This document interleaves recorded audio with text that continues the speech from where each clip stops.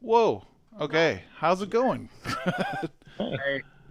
Hi, everybody. I'm Reed Reimer. I'm in Cthulhu Dreamt, and I live in Minnesota. And over there, we got Matt Kaminsky, who lives in Memphis, if you want to stalk him. Jake, you're in Salt Lake, right? I am in Salt Lake City. And Jeremy is eating burritos or tacos or something, and he's in San Diego. That's what we're talking about. So I think Nate's going to be joining. He's trying to get on too. Like our roles with Cthulhu Dreamt. We got guitarists and guitarists and guitarists and guitarists, and then Matt helped us out with artwork and layout and yeah, putting together the physical package, which was awesome. And Nate, our other guitarist, is his Discord is refusing to launch. So I will text him the Zoom link.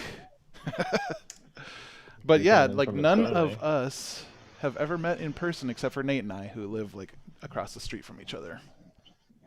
Me and Jake, because we're related. That's true. Yeah. That's true. He had to go and make me out to be the. I've only known Jake since he was born. So. Oh, looks that like would be awkward if you didn't. My surprise nephew. What? Hey, I'm 23.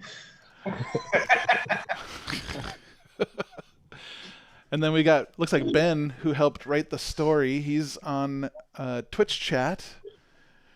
And looks like Cormeg's here. Hi, Cormeg. Hey. So anyway, we thought we'd have a fun little opportunity for anybody who wants to ask us questions. And if you don't want to ask us questions, then we're just going to BS for like an hour. Sweet. Or like Twitch stream as normal for us, yeah. Yeah.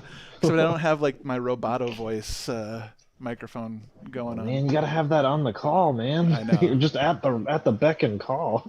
I'm failure.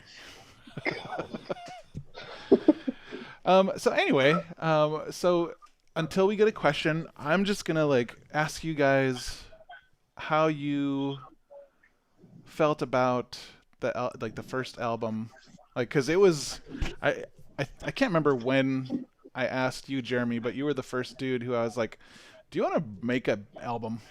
And I mean, I remember starting writing music in July, but I must have asked you like not too long before. Hey, there's Nate. There he is. Hi, Nate. He's connecting. Hey guys. What's up, man? Hey. Oh, Ben asks what our favorite fast food joint is. This should be In-N-Out. Oh. In-N-Out. Oh. Ooh. That's a tough one. Is it? I think so. I think for me it's either Domino's or Five Guys burgers. I mean, if we're just talking burgers, man, Five Guys is pretty good, but I don't like their fries. That's okay. He'll eat them. I mean, if we're just talking fast food, man, you gotta. I love Arby's, but their fries are where it's at.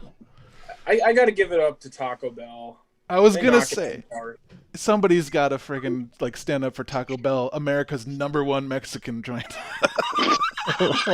Which says so much. Oh, it's a disgrace. Curly, crisp cut, crinkle, or regular? Ooh, that's a good question. It really depends on where it's from, doesn't it? Yeah, if you go to those fries at Arby's, the Curlies. Curly fries, Mm-hmm. can't go wrong. Yeah. Yeah, but then Backyard Burgers doesn't do waffle cut fries anymore. So what's that about? That's Sounds interesting. And I don't eat at Chick-fil-A, but I have before, and their crisp cut fries are delicious. Hey, thanks, Marty. Marty just liked the stream. Mhm. Marty's a friend of the band. So anyway, yeah. So we started recording in July, and Yeah, right at the end of July. yeah, so it's quick. Our band came together fast, and we're all guitarists. Yeah. And there's nothing wrong with that though. Some of the best albums have been literally just like a clusterfuck of guitarists, and then it'll be like, you know, one drummer and that's it. Nice. And we Like don't. a lot of the jam bands from like the 90s and 2000s, you know. Yeah, and whenever we tour, we're not gonna really need a bassist either, because we're rocking like 8 strings and 7 strings. Right. We'll have Ben along to play the keyboard. I didn't do it. I just looked in Twitter, Yeah. and it was June 12th that you messaged me. Oh. Wow. That's crazy. Yeah, and then we talked about things, and I think it was like Jake came in like 2 days later or something like that, and then Nice. So June. we're off. So Yeah. our friend John from Czech asks what our favorite TV show is. Ooh. That's a tough one, man. Like, let's go current, and then your favorite of all time that you could rewatch anytime. Law and Order SVU, hands down. Bong bong. Is that the iced tea one? Yeah. Nice. Golden Girls? No. Oh man, I would say my favorite TV show is probably It's Always Sunny in Philadelphia. Ooh. Yeah, I would probably have to agree. Yeah, it's a classic and it's still running. So Yeah. We got boxes full of Pepe. kitten mittens. I don't know. I can't think. You can't think of any? I'm with him. I'm like totally drawing a blank. Yeah. Well, Jeremy, you turned me on to Avatar: The Last Airbender. Oh, yeah. Oh, that's a good one too. And we're just finishing up Legends of Korra, which is, I think, almost better. I like it better. Is that sacrilegious? Really? Yeah. I do. I don't like it better, but we can play. I'm obsessed with that like jaded main character archetype though. Like, you know, I'm damaged, so I must redeem things. So that's why Korra does it for me over Aang. But Aang is still a cool guy. Aang is cool. Yep. I just thought the story was more cohesive in The Last Airbender. I mean, like, because they didn't really know that they were going to do 4 seasons when they did Korra. They didn't plan out. But Korra was still really good. Mm-hmm. I remember when I watched Korra the first time, I thought, oh, this is not nearly as good as The Last Airbender. And then when I rewatched it, it was like, what was I thinking?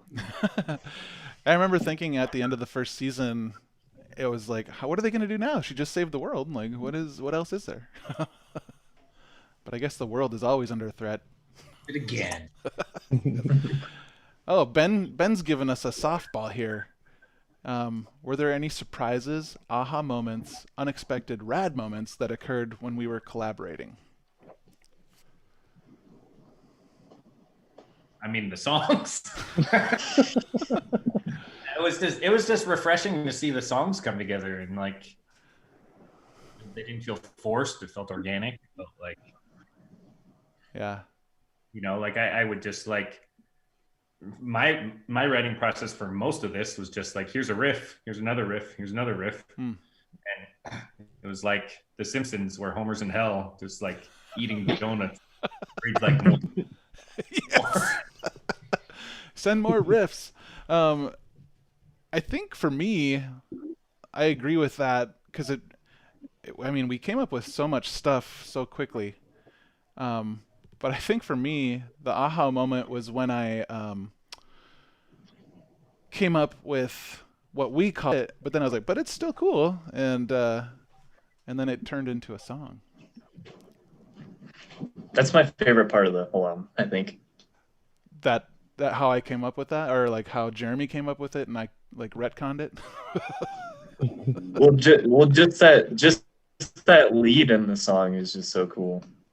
Oh, thanks. Yeah. Quick question. Sorry to interrupt. But what is this remaining meeting time?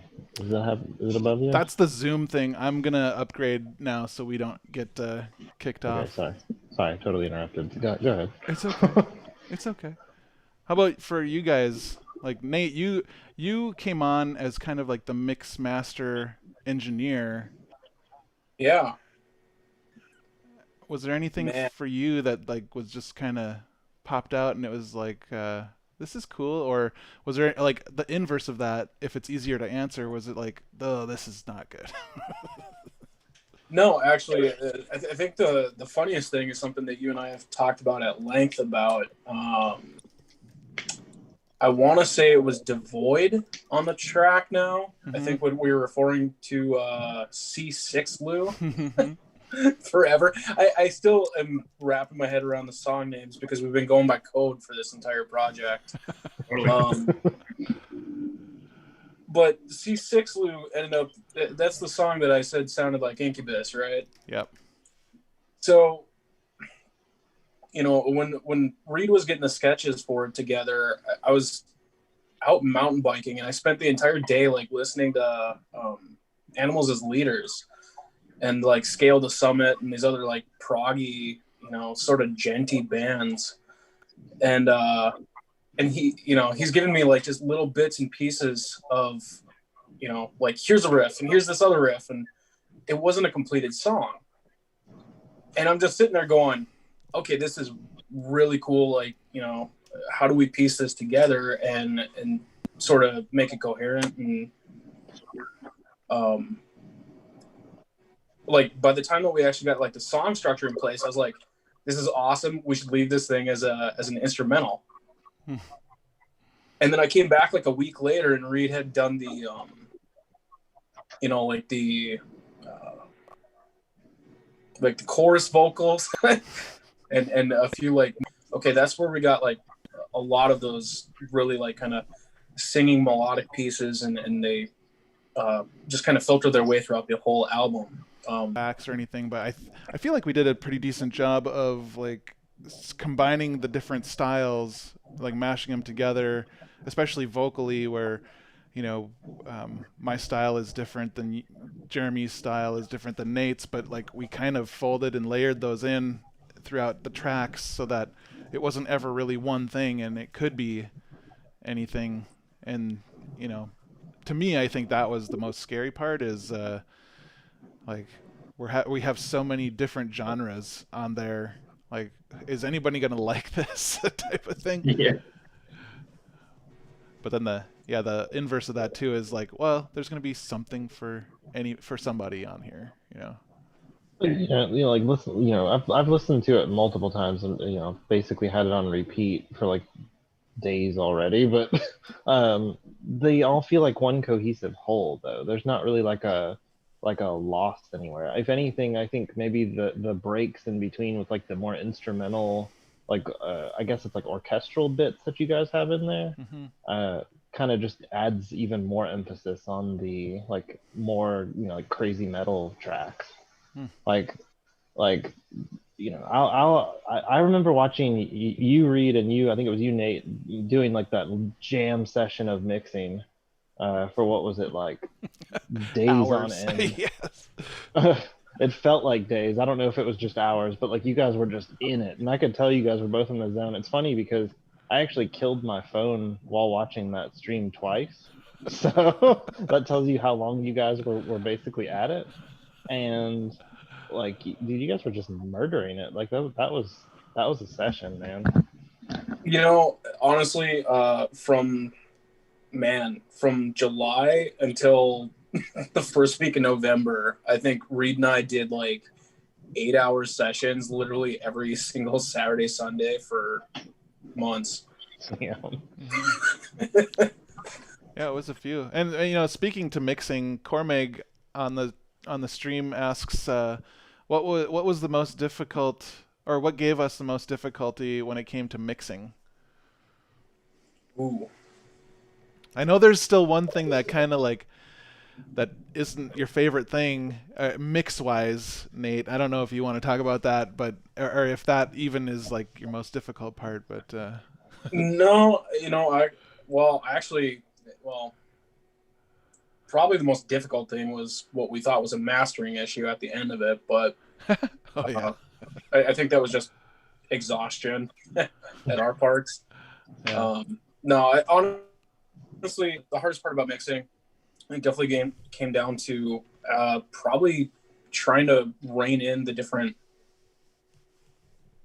like things got very bassy and boomy with the fact that we were running a variety of different amp sims, live guitars, mixing bass on top of that. Everything got very bottom heavy.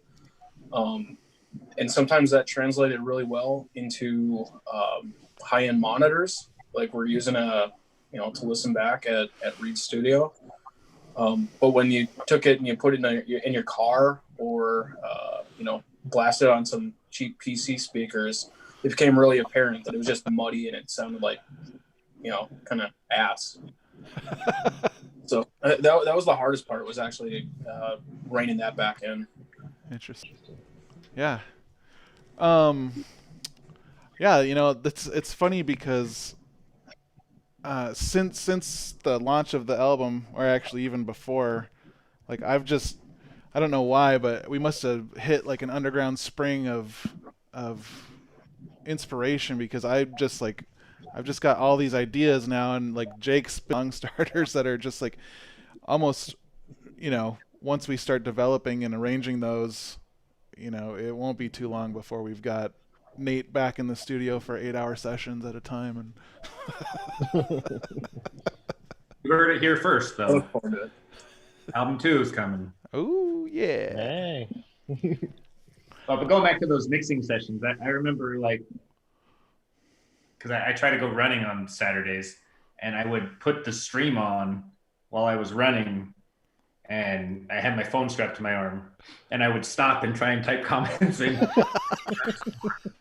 And I think there was like 2 sessions where, in fact, the mixing or the final version of Wretch, like that came out with you guys in the studio, and Reed had left, and I couldn't see what was going on the stream. So I'm kind of hearing what's going on, and I'm trying to like stop and type some comments to Nate. They're coming through late. So it was just all just chaotic craziness that ushered it through. I had the exact same issue, man. I'd be out running with my headphones in, and I'd run by Reed's house, and he'd be out mowing the lawn, and I'd be stopping, like, yo, what's up?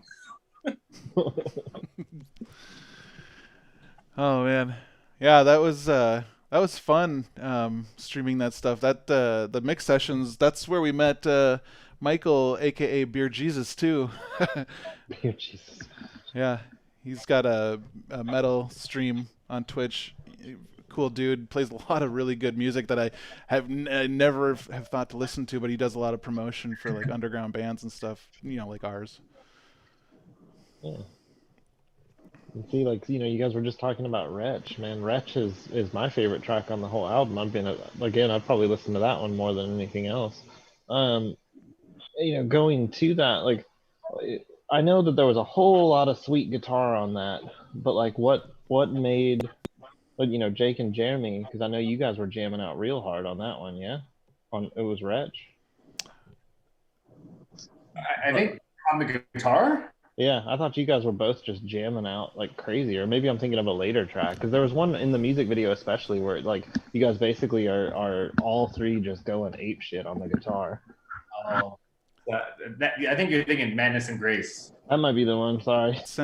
You'd sent like, I don't know, it must have been like 7 or 8 different riffs over, and then I just like set them up in my DAW and just started like chopping and moving and just started arranging the track. And it's really fun because like when you get the drums tracked with them, and it could change the song immensely depending on the drum patterns that we get.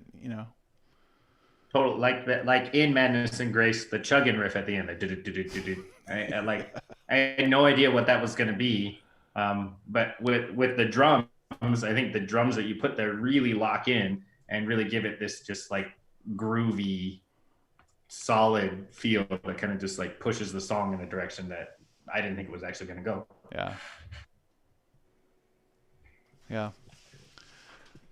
That actually makes me ask a question then.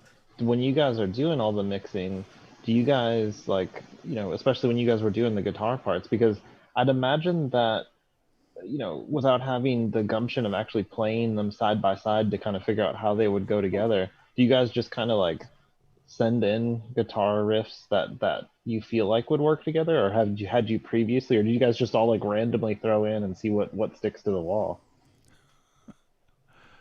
Kind of both. Yeah. Definitely both. Yeah, I think for Madness and Grace, for me, like there was like a string of riffs that I was like, I think these riffs should go together. I think they should follow this pattern. And then I was like, and then these riffs I had no idea. And that's where Reed was able to go in. But I think like when Jake did Dimensional Fission, he just said like, here's a song. It was just like fully formed. And yeah, I think there's a lot of that. I mean, like I started the naming of like K4-Lu, K6-Lu, stuff like that for the song names, just because I was just trying to keep track of like, oh, here's another idea. I'll just call it number 6 and put it across, and just throwing stuff out there. And then if someone kind of grabbed it and said, oh, I've got an idea with it, or if I listened to it later and was like, I had an idea, organic, to just follow wherever the inspiration was going. And if the inspiration just petered out, there was someone there to kind of pick it up and be like, okay. That's so fucking cool. Yeah, like I know Nate, like you came on like at the tail end, or not the tail end of the project, but just like you were the last to come onto the project, and by that time we almost had everything, as far as what we were going to put on the album. And so I'm kind of excited to see what's going to happen with the next album, because now instead of it being like 3 contributors, it's going to be 4, like right out the gate, just like we're going to have a barrage of stuff, and it's going to be fun to like really pick through and figure out what we want to put together and layer, and what becomes songs on this album, or what becomes songs on the next album, or like that kind of stuff too. It's going to be a lot of fun. Totally. So with that, do you guys want to talk about the next album at all, or do you want to keep talking? What's that? Oh, sorry. I thought we were going into the dance off now. Dance off? I'm ready. Should we get some tunes? Bass drop. Oh man, that's good stuff. Yeah, next album. That sounds good. Yeah. So I think, let's see. So it's January now. We kind of have. We've started discussion, but we could talk about it here too, until somebody asks us something that's more interesting. What the kind of how we're going to go forward, because we've got, like, if anybody purchased the CD or the album from BandCamp every other month, or maybe every third month, or whatever we want to do, or whatever we're ready to do, and then when it's ready. And I mean, this thing came together in like 3 months, so I don't imagine that we're going to have any problem if we wanted to do the full album release next January or whenever. I mean, that's kind of what I've penciled in my mind is January. And I think for me, releasing, like having the release cycle coincide with the holidays was so much fun that I just want to do it again. Yeah. Yeah. Well, and I think that I'm not so far into that part, but like the idea of actually you guys being able to coordinate around vacation times, quote unquote, like working vacation times, is like essentially crunch time. You know what I mean? Like you guys have like open crunch time at the end of the year, kind of thing. I don't know how many of you guys Yeah. work like regular day jobs or anything like that, I but think we all do. I mean, hey. But thankfully COVID happened, so it like schedules really changed a It lot really opened from up. a typical day job, I think, scenario. All my commuting time has been shifted into Cthulhu time. Oh, see what I did? Yeah, I think my commute time goes like this. I stop working right here, and then I grab my guitar right there every single break and write songs Nice. all day long. Yeah. Well, and I know like Jake and Jeremy, like you guys have other projects that you're doing simultaneously. As you're working on Cthulhu, you're also working on other pre-existing projects and like follow-up albums to those too. Do you guys want to talk about those at all? Jake, you got take the coming darkness. Uh-oh. His Zoom is being finicky. Oh, There you are. sorry. Can you hear me? Yeah. Hey. Oh, yeah. Hey, Very casually, not super intense. Just coming up with riffs here and there. It's like 3. Yeah. Like, and then so I think write 1 more, write 2 more, and then it'll be ready. And we don't work as fast as Cthulhu. But I mean, I'm hoping for this year, and then I'm working on a follow-up Moon and Snow album, which I'm also hoping for this year. Yeah. And that's I've got tons of material written for that I'm hoping. I just need to sift through it. I've got 9 songs demoed right now. I guess I'm targeting 11 for the album. And yeah, I'm excited about that. Some of those songs are songs. ambitious. What's that? Said it's ambitious. Good luck with that. Yeah, there's a lot of music that's gonna happen this year. But I mean, and then Reed's doing his 11 projects. Yeah. I know. I was gonna say, yeah, Reed has like a million projects. Yeah, I can't stop, man. I need Dude, help. he's gonna be like Dolly Parton, man. I heard a fact the other day that she cranked out like 3,000 songs over her career. Holy Nikes. Mine are mostly easy though because they're mostly instrumental. Don't have to worry about voice that often. But yeah, like so like the Coming Darkness, the follow-up to that, like do you guys what are you targeting for a release date on that one? Well, we haven't really talked I don't about know. it. Yeah. Yeah, but I mean, We've just like slowly been working on it. Okay. yeah, the way the Coming Darkness happened was I was writing black metal songs, and then I told him, hey, check out this black metal song, and he was like, oh, I just was writing some black metal songs. I was like, let's write black metal songs together. Or he said that, or I don't know, it just made sense. And we just pitched an album together. And I mean, I've always really liked black metal. I really like the kind of black metal that the Coming Darkness is. So I think like I'm gonna write in that style, and Jake has kind of a different style. I think the way that they come together, it's the mix between like older 90s style black metal and more modern stuff that I think it works really well. Would you say you write in a black metal style, just like Jake, or because like the song that you contributed the most on Cthulhu Dreamt was definitely Dimensional Fusion or Fission. That's gonna be like the Easter egg forever. But like, what do you love to write in, style wise? Oh, he may be frozen. There you go. Lost audio again. I don't know. I really like. Hear me? Yeah. Choppy.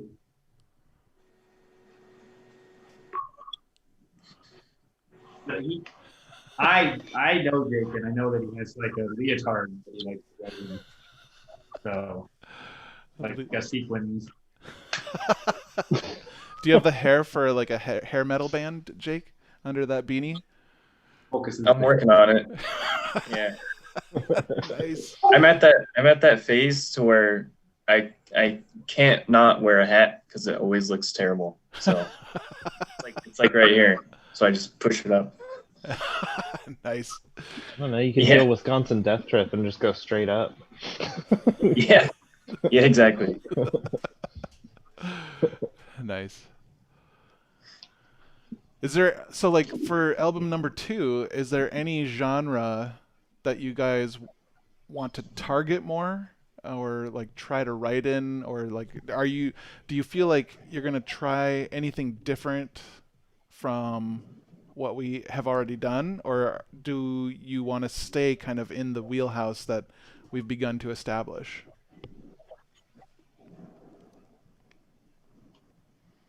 I feel like. Sorry, go ahead. Oh no, you go ahead. We're talking about Cthulhu Dreamt, right? Not The Coming Darkness. Yeah, Cthulhu Dreamt. Yeah. Jake and then Nate and then Jeremy. I feel like we already kind of carved out our own unique sound. Yeah. I mean, with Jeremy's style of riffs, and then you're like orchestrating all these synth parts, and I think we have like a totally unique sound. So I think we just like continue with what we had and just like make it more unique. Mm-hmm. Nate, how about you, man? You're gonna actually start contributing on this one, so I know. Like, yeah. No, I mean, I think the interesting thing about it, is when we were listing all of our influences and what we started writing this as, right? We threw every genre under the bus practically into this. I mean, there's thrashy riffs, there's prog, there's gent, there's things that are in different time signatures. I think it might be cool to explore a little bit with pushing polyrhythms a little further, and maybe introducing a little bit more, I don't know, like we have elements of industrial doom, black metal, all these different things, but it'll be exciting, I think, to me, to see how we expand that idea. Mm-hmm. I'm not going to just be like, yeah, we need to throw some like I don't know, reggaeton or something like it in there, but I mean, don't discount that though. Like... I mean, it is madness after all. We were talking about scatting. You could throw on some banjo. Oh well. Yeah, why not? I mean, he did it before with some synthwave banjo. It was pretty bad. How about you, Jeremy? For me, yeah. I mean, I think our style, though varied, is unique, and I think we've kind of gelled. I think when you originally pitched it to me, Reed, you used the style gent. Mm-hmm. Like let's do a gent project, and it got pulled into like still gent, still prog, that prog element that comes with gent, but really lots of like proggy death metal, lots of different stuff kind of thrown in there, Mm-hmm. and the symphonics coming in. I think that was really cool too. Mm-hmm. But for me, like the song I'm working on right now in my head is very symphonic, very. It's like in the style of The Awakening, like how that's like maybe not as fast or aggressive, but really kind of just take the interplay between the heavy guitars and the orchestration and kind of just like push that as far as further, see where we can take that. That's something I'm really interested in. Okay. Yeah, I've been like, for me, one of the things that I've been thinking about lately, ever since Jake, that one riff you said sounded like, what did you say? It was like a post-apocalyptic Western or whatever. Yeah. And so I've been thinking about the interlude that's going to go into that, and I think I'm going to write like an old country Western with like slide guitar and shit. That would be awesome. Nate's like, Yeah, when you sent that idea, I was like, for some reason I imagine this being played in like the Terminator meets an old Western. Ugh, that's dope. I'll bring a slide guitar. I'll bring a pedal steel. Hell yeah. And see what's interesting too is if you were to actually start really pushing into that mentality, like I'm not really sure where the story's going for number 2, but you could definitely play that into like flashback scenes and stuff like that, like having that vintage quality to it, or even like the idea of like twinging madness into that, where it starts getting like doomy mixed in with that and stuff like that. Yeah, and the funny thing is like it's still early days as far as like coming up with the story for number 2, but I'm fairly certain that it's going to be dealing a lot with depression.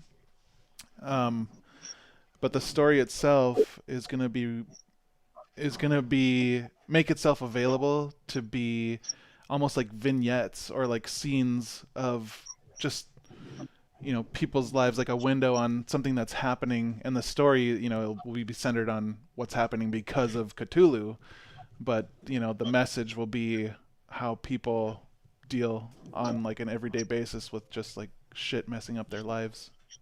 And I think the cool thing about that is the story then can have perspectives from any person around the world, any gender, like different takes. So that'll kind of free us up to, if we want to do like a doom style bluegrass piece, or just like a sitar that goes into just death metal or whatever. We have that opportunity, and it can serve the story, but also be its own thing too. Progressive deathgrass. Depression, man. It'll be like The Cure meets like Mick Gordon from the Doom soundtrack. Who knows? Just like some early 80s goth. Yeah. I am 100% on board with this. I was joking with Reed earlier that the most played playlist I have on Spotify is my goth playlist anyway. So. Well, so we ran a giveaway. We ran a giveaway for our bundle with a special edition Cthulhu Dreamt t-shirt, and on the giveaway there was almost 2,800 different people who engaged the post, and so I'm gonna do on my phone my random number generator to choose amongst the myriad of folks, so we can do our giveaway and finish that up tonight if I can get my phone to work here. All right. Okay, so number 5 out of 2,800. It's totally random. Okay, user Mona_Abst is the winner. So I'll be reaching out to that person on the Instagrams. Mona_Abst. We like you. Yes, and to everybody else who has like been following and listening, and we're pretty happy with people's responses so far. Definitely. Yeah. Sorry, I just gotta ask Nate, do you really have a pedal steel guitar or pedal steel? No. No. I need to find a pedal steel player, so if anyone knows, I'm putting it out there. Where do you need him? Like, can he be anywhere? Well, yeah, I need him to be able to record. Him or her. I one of my dad's friends, and Nate, you know him, Kenny Holwaker. He plays. Yeah, I know. He tried to sell me his pedal steels all the time. So I barely play guitar. Most of my stuff is software instrument libraries, and I actually have a pedal steel library that, if that song ends up on the album, that'll be the first time it's ever used in one of my projects. That is cool. Yeah. I used to teach guitar for Kenny Reed. Me too. That's funny. What's the hardest thing for you guys to play on guitar? Sweep picking. Sweep picking? Yeah, I suck at it. Yeah. Yeah, I don't know. I mean, depends on the day. If I'm Ooh, not practicing- actually, no, not sweep picking. I'm gonna go with a different thing. Hybrid picking, chicken picking, What is that? Tell me about this chicken picking. where you're both doing finger picking and you're strumming at the same time. Ooh. Hybrid picking, country style. Oh shoot. yeah. Yeah, I just never even tried that. Yeah, man, country players are amazing. Yeah. Honestly, I've got mad respect for some of the country players. Yeah, they there's a lot of really good, I mean, like, you guys are good musicians too, and I know, like, I'm also a good musician. I just can't play very well. But it's amazing I haven't played in a while, but I'd probably have to say flamenco was always the crazy one for me. The fun thing about flamenco is, even though there is definitely a style and I cannot do it, I still feel like I sound dope when I'm like doing the flamenco strumming. Just grab a nylon and you just feel like there you are. It sounds good. Oh, Matt, Yeah, I'll our have to friend, rebuild the calluses back up one day. our friend Eric is saying, "What's up?" on the Facebook live streams. Hello. Hey. Dang. Okay, so we kind of, yeah, it's gonna be interesting seeing how the next one works, because even after the first one, like, I've found some guitar tones that I really, really have fallen in love with that are gonna change up my sound slightly. Like, I know, and Jeremy, I know you've been like messing around with some more amp sims and stuff, so your sound is probably. I mean, I don't know if you guys remember those first tracks I was sending, those riffs where it was just like super trebly and just really hot, and I couldn't find a good way to get a decent tone, and I feel like I've kind of tamed that beast with some of these neural DSP plugins, and so the more I play with them, the more I like them, and that's actually like my go-to when I just plug in and jam. I don't really, unless I'm just like I have to play right now, then I'll plug into my amp. But if I have like 2 or 3 minutes to get things set up, then I'll plug into the computer and just play through that. Sure. And Jake, do you use any amp sims, or do you just play through your cab all the time, don't you? Yeah, for the most part. I mean, I've tried a couple, but I haven't got any of like the neural DSP. That's what you guys use, right? Mm-hmm. Yeah, for the most part. Yeah, I just need to go buy those sims, but for the most part, I just use my real amps. Yeah. That's about it. And Nate, what are you going to be using primarily on this one?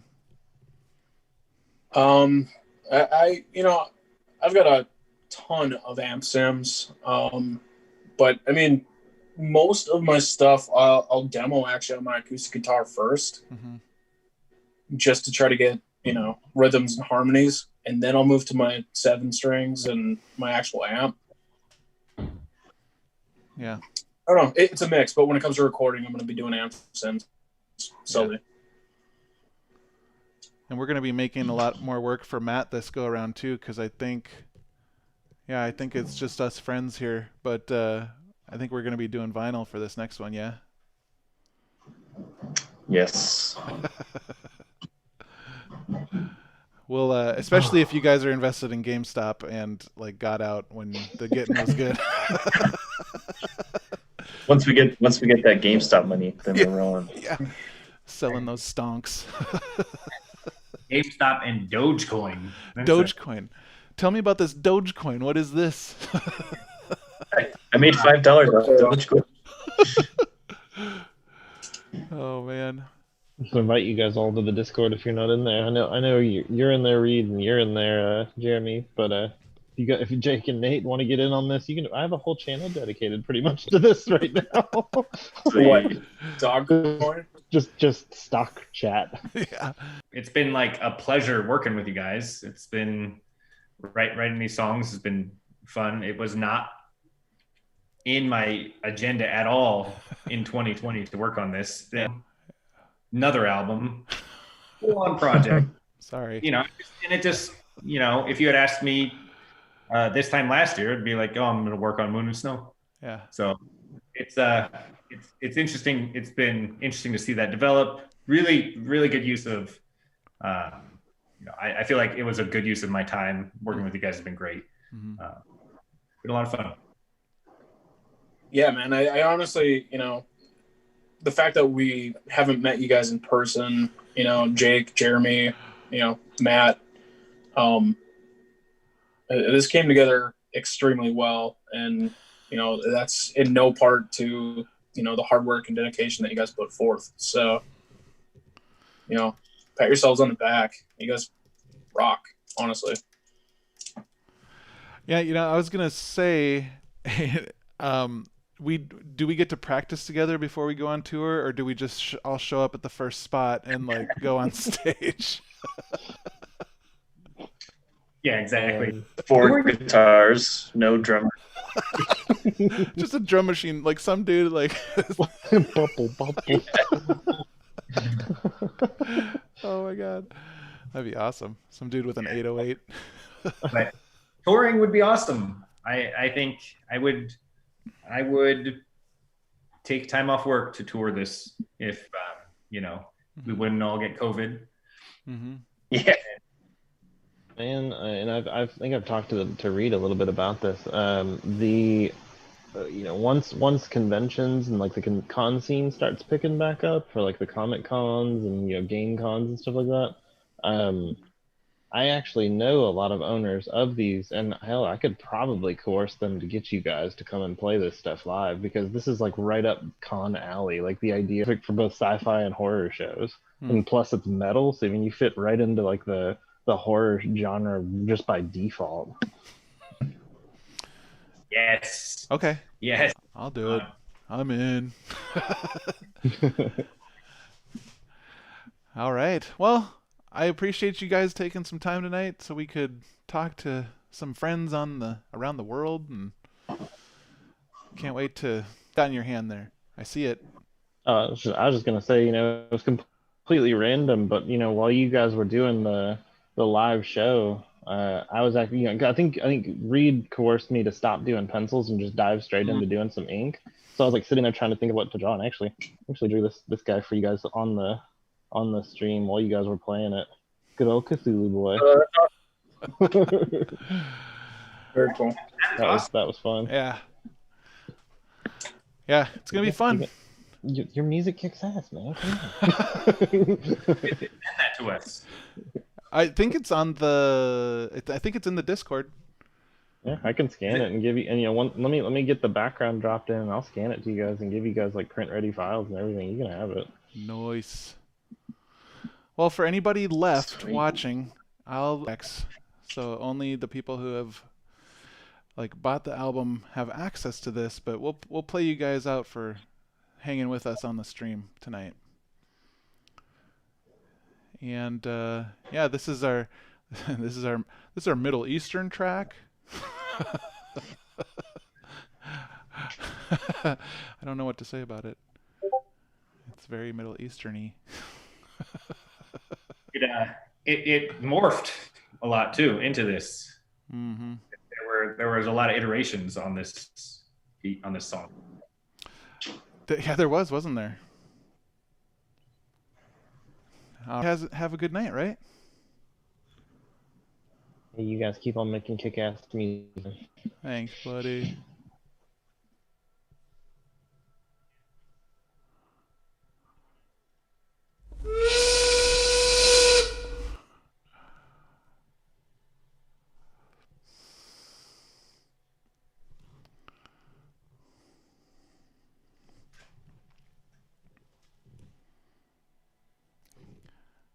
Can you guys hear it right now?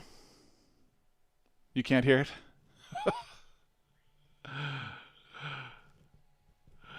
Let's see. Well, if you can't hear it, then the stream is over. No, it's not. I just have to add it. Here it is.